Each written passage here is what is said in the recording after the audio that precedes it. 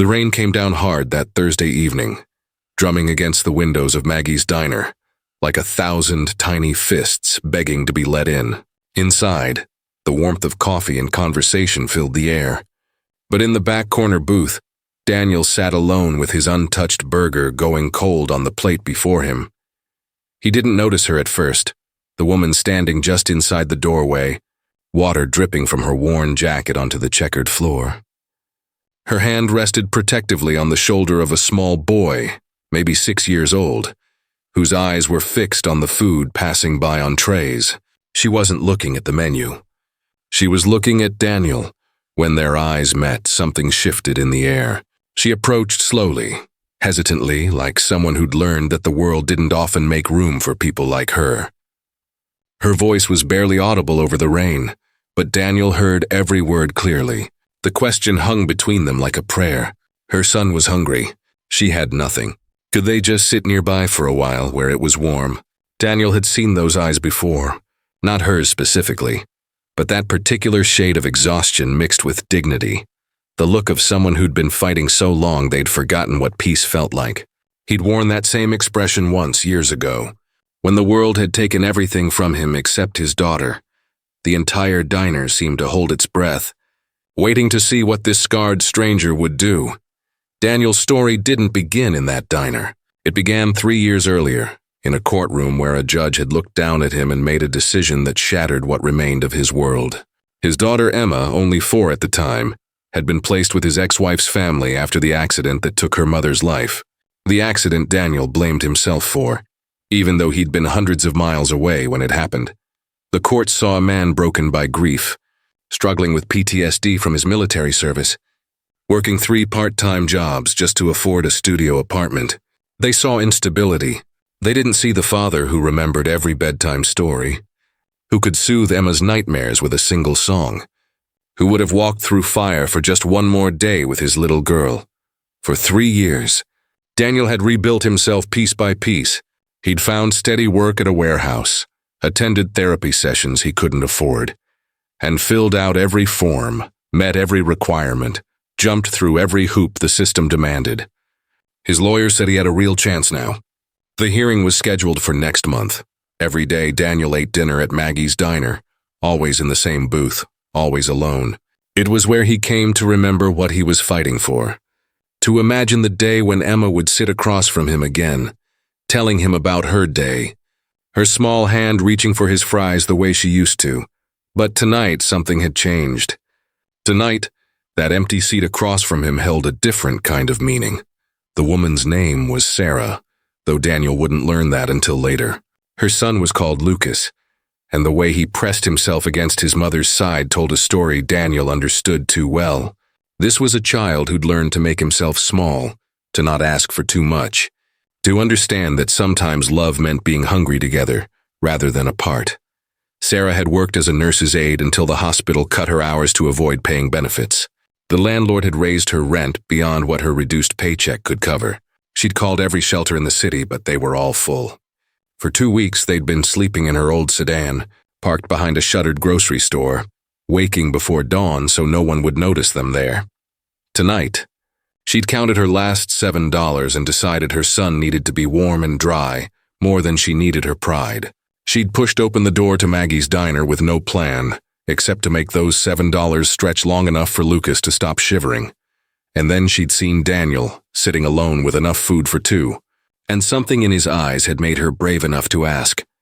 What Sarah didn't know, what she couldn't possibly know, was that Daniel had been exactly where she was once. He'd lived in his truck for 2 months after losing Emma, too broken to care about anything except the bottle that helped him forget. He remembered the shame of it, the way people looked through you like you were already a ghost. He remembered, too, the stranger who'd seen him anyway. The older man who'd paid for his meal without a word, who'd left a note on a napkin that said simply, "This won't last forever." Hold on, Daniel had held on, and now facing this exhausted mother and her hungry child, he understood that sometimes we don't get to repay the kindness we've received. Sometimes we can only pass it forward and trust that the circle continues. But as Sarah and Lucas slid into the booth across from him, as Daniel quietly ordered them food and told the waitress to put it on his tab. He had no idea that this moment would change everything. He didn't know that Sarah was running from something far more dangerous than poverty. He couldn't see the dark sedan pulling into the parking lot outside, or the man behind the wheel whose eyes narrowed when he spotted Sarah through the rain-streaked window. And neither of them knew that in exactly 48 hours, Daniel would have to make a choice that would either save them both or cost him the only thing he'd fought 3 years to reclaim. The food arrived steaming and abundant. Lucas's eyes went wide. Sarah's hands trembled as she helped her son with his fork, and Daniel saw tears threatening to spill over that she refused to let fall. Sometimes heroes don't announce themselves with trumpets and fanfare. Sometimes they just quietly push their plate across a table and pretend not to notice someone else's tears. But the rain kept falling, and in the darkness outside, danger was already circling closer. The boy ate slowly, deliberately, like someone who'd learned not to waste a single bite. Sarah barely touched her own food, watching her son instead with an expression that made Daniel's chest ache. He recognized that look, the fierce protectiveness mixed with guilt, the constant calculation of whether you're doing enough, being enough, giving enough. He didn't ask questions. He'd learned long ago that people carrying heavy burdens don't need interrogation. They need space to breathe, a moment where they're not defined by their worst circumstances. So they sat in relative silence, the clatter of dishes and murmur of other diners creating a cocoon around them, while the storm raged on outside. But Daniel noticed things. The way Sarah kept glancing toward the door. The old bruise on her wrist faded to yellow-green but still visible beneath her sleeve. The way she positioned herself between Lucas and the window, as if her body alone could shield him from whatever she was watching for. When Lucas finally finished eating, his eyelids were already drooping. Sarah stroked his hair with a gentleness that made Daniel think of Emma, of the way he used to trace her forehead until she fell asleep. 3 years since he'd been allowed to do that. 3 years of supervised visits in sterile rooms with social workers taking notes on every interaction, measuring his worthiness as a father in 15-minute increments. The waitress, an older woman named Betty, who'd been working at Maggie's since before Daniel started coming there, approached their table with a knowing look. She'd seen her share of hard-luck stories walk through that door, and she had a gift for understanding what people needed without being told. She set down a bag, leftovers. She called them, though Daniel suspected she'd packed them fresh from the kitchen. For later, she said with a wink at Lucas, and she didn't mention the bill, which Daniel had already paid twice over, leaving enough to cover whatever else they might need. Sarah looked between Betty and Daniel with an expression that wavered between gratitude and something that looked like pain. Pride was a heavy thing to swallow when your child was hungry, and Daniel could see her struggling with the mathematics of it, how to accept help without losing the last shred of dignity she'd been clinging to. Outside, the rain had softened to a steady drizzle, and the dark sedan that had been idling near the edge of the parking lot pulled away, leaving only the memory of its presence behind. Daniel's phone buzzed on the table. Text from his lawyer. "Don't forget. Meeting tomorrow at 2 p.m., final prep before the hearing." "This is it, Daniel? Stay focused, stay focused." As if he'd been anything but focused for 3 years. As if every decision, every action, every waking moment hadn't been about proving he deserved to be Emma's father again. But something was pulling at him, something he couldn't quite name. Sarah was gathering her things, preparing to leave, and Daniel found himself not wanting them to walk back out into the night. Where would they go? Back to that car she'd mentioned, the one parked behind the grocery store? He thought about Emma, about what he'd want someone to do if she were the one sitting in a cold car with nowhere to go. The thought made his hands clench into fists beneath the table. Before he could second-guess himself, Daniel did something he hadn't done since losing Emma. He took a risk that wasn't calculated, that wasn't part of his carefully constructed plan to prove his stability to the courts. He offered to help beyond that one meal. There was a motel 2 blocks away. Nothing fancy, but clean and safe. Daniel knew the owner, a Vietnam vet who gave discounts to people down on their luck. He could make a call, help get them a room for the night, maybe a couple nights until Sarah figured out her next move. The words came out awkward, rushed, and he could see Sarah's walls going up even as he spoke. She'd learned, probably the hard way, that men who offered help often expected something in return. Daniel understood that too. He'd seen it happen to others, and the fact that he had no ulterior motive didn't change what her experience had taught her to expect. But then Lucas stirred in his sleep, whimpering softly, and Sarah's resolve cracked just enough. She looked at Daniel, really looked at him, studying the scars on his face that spoke of battles fought, the calloused hands that told of hard work, the eyes that held their own weight of loss and survival. Whatever she saw there must have been enough, because she nodded. Just once, barely perceptible, but it was a yes. The walk to the motel was quiet, Daniel keeping a respectful distance while Sarah carried her sleeping son against her shoulder. The rain had stopped, leaving the streets slick and shimmering under the streetlights. Everything felt strangely suspended, as if the world was holding its breath, waiting to see what would happen next. At the motel office, the owner, a grizzled man named Frank who'd known Daniel for years, took one look at Sarah and Lucas and asked no questions. He handed over a key to a room on the ground floor, away from the street. "Quiet," he said. "Safe." Daniel paid for 3 nights before Sarah could protest, and this time when she tried to argue, he simply shook his head. "Pay it forward," he told her. "Someday, when you're on the other side of this, help someone else who needs it." The truth was, Daniel couldn't afford those 3 nights. His savings were earmarked for lawyer fees, for the security deposit on a 2-bedroom apartment he'd need if the court granted him custody. Every dollar mattered in the fragile architecture of his case for getting Emma back, but some things mattered more than money, more than plans. Some things were about staying human in a world that tried to grind that humanity down to nothing. As Sarah unlocked the motel room door, Lucas still sleeping in her arms, she turned back to Daniel one last time. Her eyes were wet, but she didn't let the tears fall. She didn't say thank you. Words felt too small for what had passed between them. Instead, she just held his gaze for a long moment, and Daniel understood. He walked back toward the diner where his truck was parked, hands shoved deep in his pockets, already second-guessing what he'd done. His phone buzzed again. Another reminder about tomorrow's meeting, about staying focused, about not doing anything that might jeopardize his case. Daniel looked up at the clearing sky, at stars finally visible through breaks in the clouds, and wondered if Emma would be proud of him, or disappointed that he'd risked her future for strangers.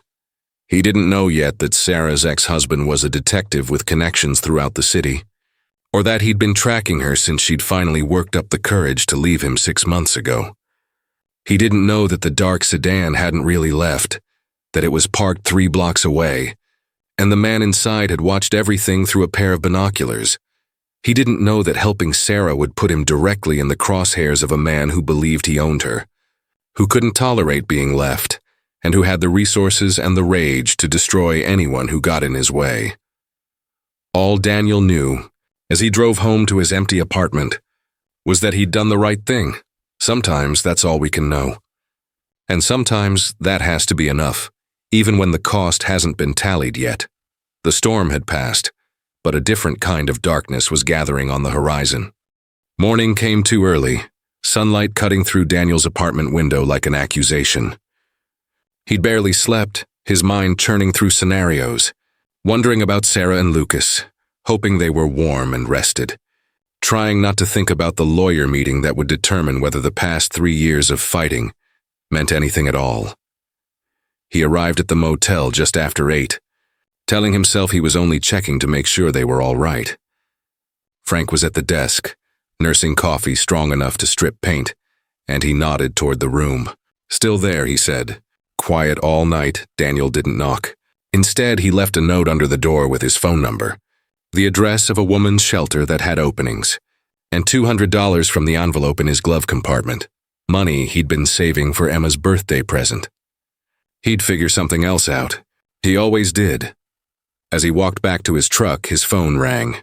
The lawyer confirming their afternoon meeting, reminding him one more time that this hearing was everything. The judge had reviewed his case, seen the progress reports, the steady employment, the completed therapy requirements. Emma was 7 now, old enough to express her wishes, and she'd told the court-appointed advocate that she missed her daddy, that she wanted to come home. Home. Such a weighted word. Daniel had built something resembling a life, the apartment, the job, the routine, but it wouldn't be home until Emma was there to fill it with her laughter, her questions, her presence. He couldn't afford distractions. He couldn't afford mistakes. And yet driving away from that motel, Daniel felt something he hadn't felt in 3 years. He felt necessary, not as a future possibility or a rehabilitated risk, but as someone who'd made a difference in the moment when it mattered. What Daniel didn't see was Sarah opening the door minutes after he left, finding the note and the money, sinking to her knees right there on the threshold, while Lucas asked why Mommy was crying. He didn't see her clutching that lifeline like it was the first real thing she'd held in months. And he didn't see the man watching from across the street. The detective's shield clipped to his belt, his jaw clenched so tight it ached. Marcus Webb had been a cop for 15 years, and he'd learned early how to use that badge to get what he wanted. He'd learned how to access databases, track phones, call in favors from other officers who didn't ask too many questions. When Sarah left him, taking Lucas in the middle of the night while Marcus was working an overnight shift, he'd felt something break inside his chest. Not his heart, but his pride, his control, his sense of ownership over what he considered his. For 6 months, he'd been hunting her across state lines, always one step behind, watching her drain her bank account, lose her job, spiral down into desperation. He'd wanted her to understand what life was like without his protection, without his provision. He'd wanted her broken enough to come crawling back, to apologize, to remember who she belonged to. But now there was this other man. This stranger who'd paid for her food, secured her shelter, handed her money like she was worth investing in. Marcus had watched it all unfold through the diner window, rage building with each passing minute. And now he had a new target for everything burning inside him. Daniel Reeves. He'd already run the license plate, pulled up the records. Former Army. Honorable discharge with a chest full of medals and a head full of trauma. Lost custody of his daughter 3 years ago. Fighting to get her back. Vulnerable, desperate, perfect. Marcus knew exactly how to destroy a man like that. One anonymous call to Child Protective Services about unstable behavior, about associating with transients, about questionable judgment. It wouldn't matter if it was true. In custody battles, even the smoke without fire was enough to burn everything down. He pulled out his phone, but hesitated. There was something satisfying about watching Daniel try to help Sarah, watching him invest hope and resources in something Marcus could snatch away whenever he wanted, like a cat playing with a mouse. Why end it quickly when he could make them all suffer first? Marcus drove away, already planning his next move, already imagining the look on Sarah's face when she realized her Good Samaritan had just made everything worse. The lawyer's office smelled like old paper and burnt coffee. Daniel sat across the desk from Margaret Reyes, a woman who'd taken his case pro bono because she specialized in fathers fighting for their rights, and she had a daughter Emma's age who reminded her why the work mattered. She walked him through the hearing procedure one more time, emphasizing what to say, what not to say, how to present himself to the judge. She showed him the letters of recommendation from his employer, his therapist, his landlord. She reminded him that Emma's advocate had submitted a positive report. Everything was aligned. Everything was perfect, too perfect maybe. Daniel had learned not to trust when things seemed to be going right. Margaret sensed his hesitation. She asked if something was wrong, if there was anything she needed to know before they walked into that courtroom next week. Daniel thought about Sarah and Lucas, about the motel room, about the money he'd given away that should have gone toward proving his financial stability. He thought about the note with his phone number, creating a connection that could be scrutinized, questioned, misunderstood. He thought about how quickly the careful architecture of a custody case could collapse under the weight of a single misinterpreted detail. But he also thought about Lucas's face when the food arrived, about Sarah's tears she wouldn't let fall, about the way helping them had reminded him of who he used to be before grief and loss had hollowed him out. He told Margaret everything was fine. The hearing would go forward as planned. He was ready. She believed him because she wanted to, because she'd invested too much into this case to doubt him now. They shook hands and Daniel walked out into the afternoon sun feeling like a man standing on the edge of a cliff, not sure whether he was about to fly or fall. His phone buzzed. An unknown number. He almost didn't answer, but something made him click accept. Sarah's voice was small, rough with emotion. She wanted to thank him properly, to explain her situation, to tell him why his kindness had meant more than he could possibly understand. She wanted to meet him for coffee, to let Lucas say thank you, to figure out how she could possibly repay what he'd done. Daniel should have said no. Every instinct honed by 3 years of fighting for Emma screamed at him to maintain distance, to not complicate his situation, to stay focused on the only thing that mattered. But he heard something in Sarah's voice, a familiar kind of breaking, the sound of someone who'd been strong for so long they'd forgotten what it felt like to not be alone in the fight. He heard himself at his lowest point, and he heard Emma asking him years from now why he'd turned away when someone needed him. So he said yes. Tomorrow morning, the same diner where this had all started, he told himself it was fine. One more meeting to make sure they were all right, to point them toward resources that could help, to say goodbye properly. Then he'd go back to his singular focus on Emma, on the hearing, on reclaiming his right to be her father. But life had a way of not respecting our plans, and Daniel was about to learn that sometimes the right thing and the smart thing were 2 different paths entirely.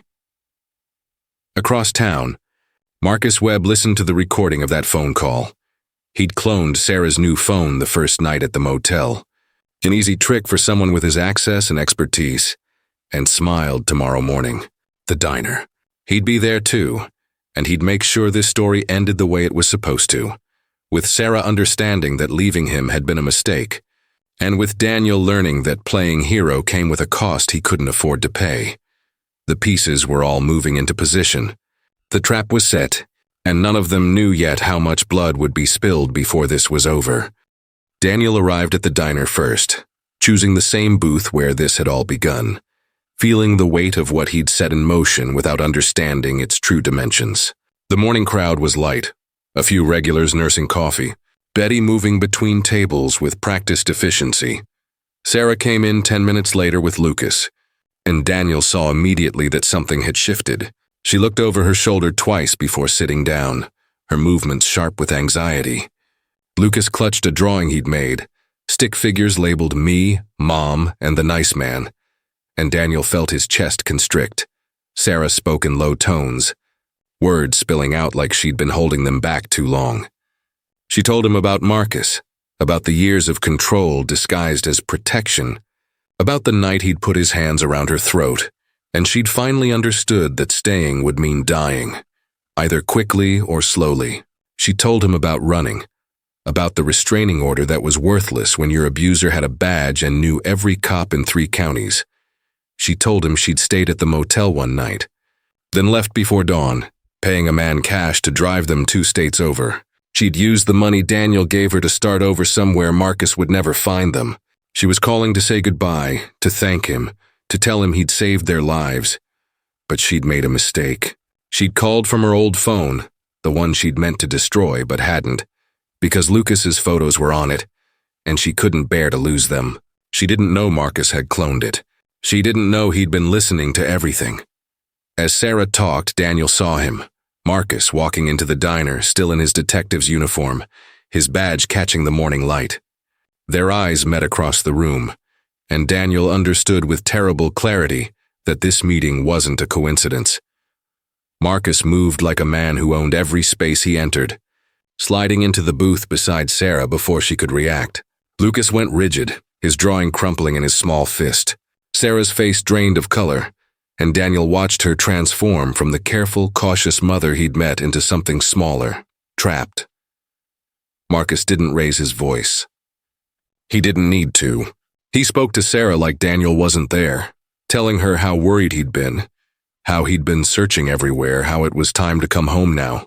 His hand rested on her arm, thumb pressing against the old bruise that had never really healed, and Sarah's breath came shallow and quick. Then Marcus turned his attention to Daniel, and the temperature in the booth dropped 10 degrees. He thanked Daniel for looking after his wife and son, his tone dripping with false gratitude that barely concealed the threat beneath. He made it clear he knew everything, about the motel, the money, the phone number. He knew about Emma, about the custody hearing, about how fragile Daniel's case really was.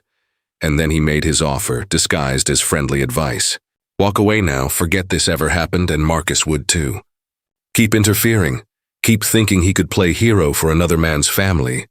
And Marcus would make sure the court heard about Daniel's poor judgment, his unstable associations, his inability to make safe decisions for himself or anyone else. Daniel had faced enemy combatants, had stared down death in desert heat with gunfire screaming around him. But this was different. This was a man using the law as a weapon, wielding institutions that were supposed to protect people as tools of control.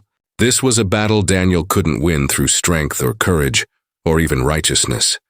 Marcus stood to leave, Sarah and Lucas standing with him like puppets on strings. Sarah's eyes met Daniel's one last time, and he saw in them everything he was about to lose by doing nothing. Not Sarah herself, but his own reflection, the man he'd rebuilt himself to become. The hearing was in 6 days. 6 days until everything Daniel had fought for would either be restored or lost forever. Emma's face filled his mind. Her smile, her laugh, the way she used to fall asleep on his chest when she was small. 3 years of supervised visits, of proving himself, of jumping through endless hoops to earn back what never should have been taken in the first place. Against that, what was Sarah? A stranger he'd bought dinner for. A woman with her own complicated situation that wasn't his responsibility. Marcus was right. Walking away was the smart move, the safe move, the move that protected what mattered most. But Daniel thought about the note someone had left him years ago. This won't last forever. Hold on. He thought about the stranger who'd helped him when he'd been where Sarah was now. And he thought about what Emma would learn if he taught her that sometimes we sacrifice our principles to protect our interests. He thought about what kind of father he wanted to be, not just the kind who provided shelter and safety, but the kind who showed his daughter that people mattered more than fear. Betty appeared at his table with coffee he hadn't ordered, and she set it down with a look that said she'd seen everything, understood everything, and was waiting to see what he'd do with the understanding. Daniel pulled out his phone and made 3 calls. The first was to his lawyer, telling her about Marcus, about the implied threats, putting it on record before Marcus could spin his own version. Margaret's response was immediate and severe. Document everything, stay away from Sarah. Do nothing that could be used against him in court. She wasn't advising as a friend now, but as an attorney protecting her client from himself. The second call was to an old army buddy who'd become a journalist specializing in police corruption. Daniel laid out the situation, gave him Marcus's name and badge number, asked him to dig into whether Marcus had a history of this kind of behavior. It was a long shot, but Daniel had learned in the military that bad actors usually left a trail. The third call was to Frank at the motel. Daniel asked him to pull the security footage from the parking lot, from the night Sarah checked in. He had a hunch about that dark sedan, about Marcus watching and waiting. If Marcus had been stalking Sarah, if there was visual evidence of him surveilling her while she was under a restraining order, that might be leverage. It wasn't much. It probably wasn't enough, but Daniel had been in enough impossible situations to know that sometimes you didn't need a perfect plan. You just needed to create enough chaos that your enemy made mistakes. The rest of that day passed in a blur of worst-case scenarios playing out in Daniel's mind. He went through the motions at work, loading trucks and signing manifests, while his thoughts spun in circles around Emma. What if Marcus followed through on his threats? What if the court decided Daniel's judgment was too poor, his decision-making too impulsive? What if he lost Emma again, this time permanently, because he couldn't walk past someone who needed help? That evening, his lawyer called back. She'd done some preliminary checking, and Marcus Webb had a clean record. No complaints, no disciplinary actions, respected by his colleagues. Going up against him would be suicide for Daniel's case. She was begging him to let it go, to focus on Emma, to not throw away 3 years of progress for someone he barely knew. She was right. Daniel knew she was right, But then his phone buzzed again, this time a text from an unknown number that he knew was Sarah, using a burner phone Marcus didn't know about yet. Just 3 words. He's hurting Lucas. 3 words that made every calculation, every careful plan, every strategic consideration disappear like smoke in wind. Daniel had been a soldier before he was a father, and some instincts ran deeper than strategy. Some lines, once crossed, couldn't be uncrossed. Marcus wasn't just threatening Daniel's future anymore. He was hurting a child, and every protective instinct Daniel had ever possessed went into overdrive. He grabbed his keys, already moving toward the door, already knowing this was the moment where everything would change. The hearing was in 6 days, but some things couldn't wait 6 days. Some things couldn't wait another 6 minutes. Betty's words echoed in his mind as he drove toward the address Sarah had included in her text. Sometimes heroes don't wear medals anymore. Sometimes they just do what's right and deal with the consequences after. Daniel didn't feel like a hero. He felt like a father who couldn't stand by while a child suffered. Even if that child wasn't his own. Even if it cost him everything. The night was closing in. Stars emerging in a sky that promised no answers. And Daniel drove faster, his phone ringing with calls from his lawyer that he didn't answer. The future he'd fought for receding behind him like a shore he'd never quite reached. Ahead was only the moment, the choice, the action. Everything else would have to sort itself out later, if there was a later. The address led to a shabby house on the edge of town, where properties spread far enough apart that nobody heard what they didn't want to hear. Daniel parked a block away, approaching on foot. Every combat instinct he'd tried to bury rising back to the surface like muscle memory. Through the window, he could see Sarah sitting rigid on a couch, Lucas pressed against her side. Marcus paced the room, his body language radiating the kind of controlled fury that Daniel recognized, the kind that came before violence, not after. Daniel had 2 choices: call the police, hope they'd respond fast enough and take Sarah's side over a fellow officer's, or handle this himself, knowing that whatever happened next would probably end his custody case before it even got to court. Some choices aren't really choices at all. He knocked on the door. 3 sharp raps and the pacing inside stopped. When Marcus opened the door, his face registered surprise, then calculation, then something darker. He still wore his badge, still stood like a man who believed the rules didn't apply to him. Daniel didn't wait for an invitation. He stepped inside, positioning himself between Marcus and the couch where Sarah and Lucas sat frozen. The words that came out of his mouth were steady, reasonable, giving Marcus every opportunity to de-escalate. He talked about cooling off periods, about Sarah and Lucas staying somewhere safe while they figured things out properly, about doing this the right way instead of through threats and intimidation. But Marcus wasn't interested in de-escalation. He'd built a career on intimidation, on using his authority to bend situations to his will.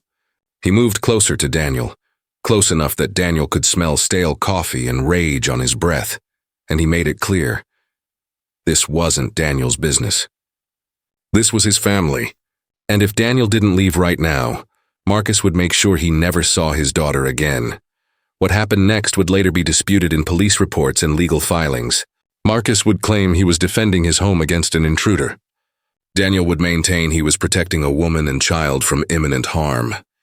Sarah would testify to both and neither, her words tangled in trauma and fear. The physical truth was simpler. Marcus shoved Daniel, not hard enough to cause real damage, but hard enough to establish dominance, to prove who held power in this space. And Daniel, who'd spent 3 years learning to control his instincts, who'd proven to therapists and social workers that he could manage his PTSD without violence, made a choice that years of therapy couldn't overcome.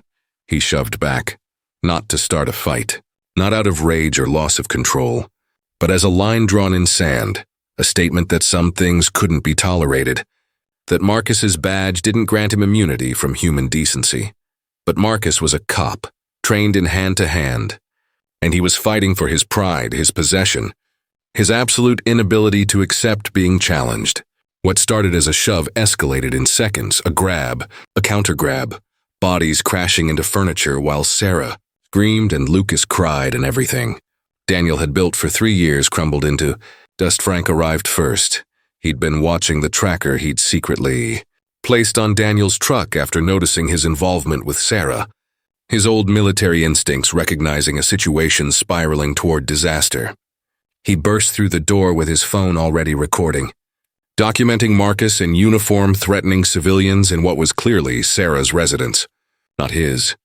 Then the police arrived, called by a neighbor who'd heard the commotion, and suddenly the narrative became a tangle of competing claims. Marcus saying Daniel had broken in, Daniel saying he'd been protecting someone from abuse. Sarah caught between her truth and Marcus's badge. They took Daniel in for questioning. Not under arrest, but not free to leave either. He sat in an interrogation room that smelled like disinfectant and desperation, while detectives who knew Marcus, who'd worked with him for years, decided whether to believe their colleague or the veteran with PTSD fighting for custody of his daughter. The evidence Frank had collected bought Daniel some breathing room. Footage from the motel showing Marcus surveilling Sarah. His own recording of Marcus's threats. But it wasn't enough to prove abuse. Wasn't enough to overcome the professional courtesy that cops extended to other cops. Margaret arrived like a storm, threatening lawsuits and media attention, pulling strings Daniel didn't know existed. She got him released after 8 hours, but the damage was done. The custody hearing was in 5 days, and now there was an incident report with Daniel's name on it, documentation of a physical altercation, questions about his judgment and impulse control. Sarah and Lucas had been taken to a proper shelter, one Marcus couldn't access, but that small victory felt hollow against the price Daniel had paid for it. In his lawyer's office the next morning, Margaret didn't sugarcoat it. The hearing would likely be postponed while the incident was investigated. The judge would see the police report before seeing any context. Emma's grandparents, who'd been fighting to keep custody, would use this as evidence that Daniel remained unstable, that his PTSD made him unpredictable, that Emma was better off with them. 3 years of progress erased by one night, one choice, one moment of refusing to walk away when the smart move was obvious. Daniel sat in Margaret's office, staring at the photo of Emma he kept in his wallet, and wondered if being a good man meant being a good father, or if sometimes those things were incompatible. His phone buzzed, a number he didn't recognize, but by now he knew it would be Sarah, using another burner phone. Another desperate attempt to stay one step ahead of Marcus's surveillance. But it wasn't Sarah. It was Lucas, his small voice shaking, but determined. He wanted Daniel to know that he'd told the nice police lady everything. About the times Marcus had hurt Mommy, about the bruises Lucas had seen, about the night Marcus had grabbed him too hard and said bad things, about how Daniel was the first person who'd ever made Marcus go away when he was being mean. Lucas wanted Daniel to know he'd drawn another picture, this one showing Daniel as a superhero. He wanted Daniel to know that even though his mommy said they couldn't see him anymore, because it wasn't safe, Lucas would remember him forever. The call ended before Daniel could respond, and he sat there holding the phone like it weighed 1,000 pounds, while Margaret watched him with an expression that held both sympathy and frustration. She asked him if it was worth it. If helping strangers was worth losing Emma. If he could live with that choice. Daniel didn't answer right away. He thought about Emma, about the years they'd lost, about the hearing that might never happen now. He thought about the future he'd sacrificed on the altar of doing what he believed was right. But he also thought about Lucas's voice, about a child feeling safe enough to tell his truth, about Sarah finally escaping something that had been slowly killing her. And he realized that the question wasn't whether helping them had been worth losing Emma, because he hadn't lost her yet, and he wouldn't stop fighting until that gavel came down. The real question was what kind of man he wanted to be when Emma finally came home, and what kind of father she needed him to be. The days before the hearing crawled by like wounded animals.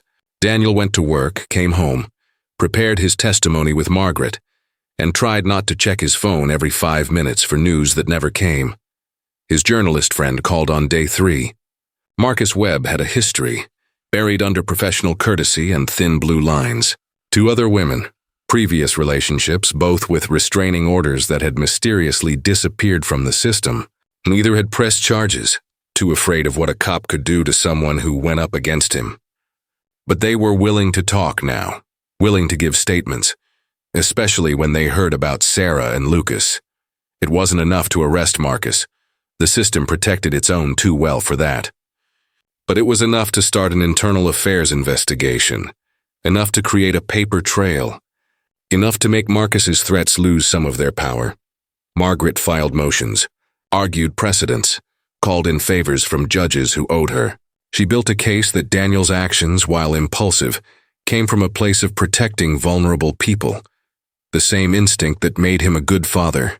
She presented the evidence Frank had gathered, the statements from Marcus's ex-girlfriends, the testimony from the shelter workers who'd seen Sarah and Lucas's condition. She transformed a disastrous situation into a narrative about a man whose first instinct was to protect children, even when it cost him personally. It was brilliant legal work. It might even have been enough. The morning of the hearing arrived cold and bright, autumn painting the trees outside the courthouse in shades of ending. Daniel wore the suit Margaret had helped him pick out, the one that made him look responsible and stable.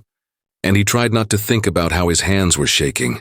Emma was there, brought by her grandparents, and when she saw Daniel across the courthouse lobby, her face lit up in a way that made his chest feel like it was caving in. She tried to run to him, but her grandmother held her back. They weren't supposed to have contact before the hearing. Emma's eyes filled with tears, and Daniel had to look away before he broke down completely. The courtroom was smaller than he'd expected, more intimate, which somehow made it worse. Judge Catherine Morrison presided, a woman known for being fair but exacting, someone who'd seen too many broken families to believe easy narratives. Emma's grandparents went first, their lawyer presenting Daniel's incident report, questioning his judgment, his stability, his ability to provide a safe environment. They painted a picture of a man still broken by war and loss, someone who got into physical altercations with police officers, who couldn't control his impulses when emotions ran high. They weren't cruel about it. They genuinely believed Emma was better off with them, that Daniel's love wasn't enough when weighed against his damage. Then Margaret stood up, and she dismantled their case piece by piece. She showed Daniel's employment records, his therapy completion, his spotless conduct for 3 years. She presented the context of the incident, not a man losing control, but a man responding to a child in danger. She called Frank as a witness, who testified to what he'd seen and recorded, and then she did something Daniel hadn't expected. She called Sarah to the stand. Sarah walked into that courtroom like someone approaching an execution, but her voice was steady when she spoke. She told her story, the abuse, the stalking, the night Daniel had given her food and shelter without asking for anything in return. She told the court about Marcus's threats, about how Daniel had known it would cost him but helped anyway. She looked directly at the judge and said something that would stay with Daniel for the rest of his life. I don't know if he's a good father. I never saw him with his daughter, but I know he's a good man, and I know he's the kind of person who protects children, even children who aren't his. That's the kind of father I'd want my son to have. Emma's grandmother was crying. Emma was watching Daniel with eyes that held too much understanding for a 7-year-old. And Judge Morrison was studying Daniel like he was a puzzle she couldn't quite solve. The judge called a recess. 2 hours that felt like 2 lifetimes, while Daniel sat in the hallway with Margaret, not talking, just waiting for someone else to decide his fate. When they reconvened, Judge Morrison spoke for 20 minutes, laying out her reasoning, the factors she'd considered, the weight she'd given to each piece of evidence. She talked about Daniel's progress, his clear love for Emma, the stability he'd built. But she also talked about the incident, about the questions it raised, about whether Daniel's protective instincts might sometimes override his judgment in ways that could affect Emma's safety. Daniel felt his heart dropping into his stomach, felt the future he'd fought for slipping away like water through fingers. And then Judge Morrison said, however, the judge ordered a gradual reunification plan, not the immediate joint custody Daniel had hoped for, but not a denial either. Emma would spend weekends with Daniel, building toward full custody over the next 6 months, with regular check-ins and assessments. It wasn't everything, but it was a path forward. A door left open instead of slammed shut. The judge looked at Daniel directly and told him that what he'd done for Sarah and Lucas showed character. But that being Emma's father meant sometimes choosing what was safe over what was right. She told him he'd be walking a tightrope for the next 6 months, that any misstep would end this arrangement. She told him not to make her regret this decision. Emma was allowed to hug him then, finally, and she crashed into his arms with 3 years of missing him pouring out in tears and laughter, and words tumbling over each other too fast to follow. She told him about school, about her friends, about the drawing she'd made of what their apartment would look like when she could stay there. She told him she'd been good, she'd been waiting, she'd known he'd come back for her. Daniel held his daughter and felt everything he'd lost and found and lost again come crashing down on him. And for the first time in 3 years, he let himself believe that maybe this story could still have a happy ending after all. That evening, Daniel sat in his apartment, soon to be their apartment on weekends, and looked at the photo Lucas had drawn of him as a superhero. Sarah had sent it through Margaret, along with a note saying they'd moved to another state, somewhere Marcus couldn't find them, somewhere they could start over. She thanked him. She told him she'd never forget what he'd risked for them. She told him she hoped Emma knew how lucky she was. Daniel thought about luck, about cost, about the price we pay for remaining human in a world that often rewards the opposite. He thought about the 6 months ahead, about proving himself all over again, about the tightrope the judge had described. He thought about what he'd tell Emma, someday when she was old enough to understand, about why helping strangers mattered more than protecting himself. Outside his window, the city lights were coming on. Thousands of stories unfolding in thousands of windows. People making choices they'd have to live with. Trying to figure out how to be good in a complicated world. Daniel's phone buzzed. A text from Margaret with Emma's schedule for next weekend. A list of activities they'd discussed. Reminders about documentation and check-ins. The machinery of proving himself starting up all over again. But this time he had something he didn't have before. This time he had the weekend visits to look forward to. This time he had a judge who'd seen his worst moment and chosen to believe in him anyway. This time, he had Emma's arms around his neck and her voice saying, "I missed you," steady in a way that made every sacrifice worth it. 6 months later, on a Saturday morning that smelled like pancakes and possibility, Emma moved her last box of toys into what was now officially their apartment. Full custody granted, reunification complete, 3.5 years of fighting finally over. She asked him, while they unpacked her stuffed animals, about the scar on his knuckles from that night at Marcus's house. She'd noticed it before but never asked, and Daniel realized it was time to tell her a truth about what being human actually meant. He told her a story, not all the details. She was still too young for some of them, about meeting a mother and her son who needed help, about how helping them had made things harder for him, had almost cost him the chance to be her father again. He told her that sometimes doing the right thing meant risking what mattered most, and that he'd make the same choice again, even knowing what it cost. Emma thought about this seriously, her 7-year-old face scrunched up in concentration. Then she asked if the boy and his mom were okay now. Daniel told her they were, that they were safe somewhere far away, starting over. Emma nodded, satisfied. "Good," she said. "That's what heroes do. Ms. Patterson told us in school that heroes are people who help others, even when it's hard." She went back to arranging her stuffed animals, the conversation already moving on to more important things, whether her teddy bear should go on the left side of the bed or the right. But Daniel sat there on the floor of their apartment, surrounded by cardboard boxes and the evidence of a life finally being rebuilt, and felt something settle into place inside his chest. The judge had told him to choose safety over righteousness, to think twice before acting on impulse, to remember that being Emma's father was his first responsibility. She was right. She was absolutely right. But Emma had just told him that heroes help people even when it's hard, and she'd said it with pride, like she understood that her father was someone who did hard things for the right reasons. Maybe that was the real answer.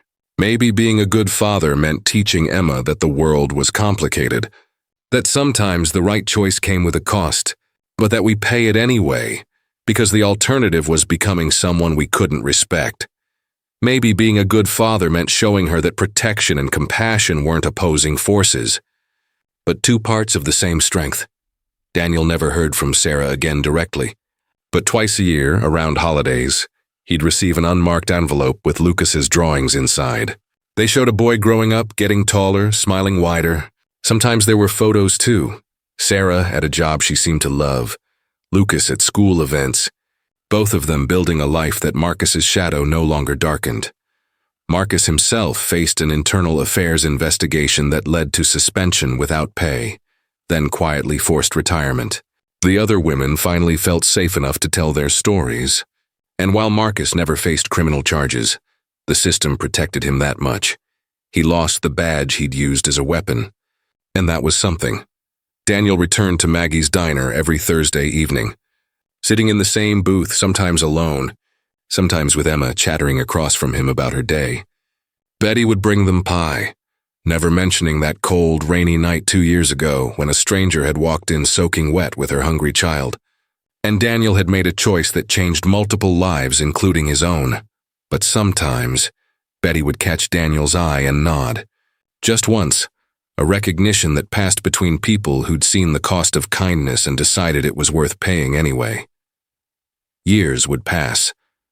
Emma would grow up knowing that her father had fought for her, but also that he'd fought for people who weren't family, weren't obligation, weren't anything except human beings who needed help. She'd learned from his example that strength wasn't just about protecting what was yours. It was about understanding that sometimes, everything worth having required risking everything you'd built. She'd become the kind of person who stopped to help strangers, who questioned systems that protected the powerful over the vulnerable, who understood that heroism wasn't about capes and superpowers.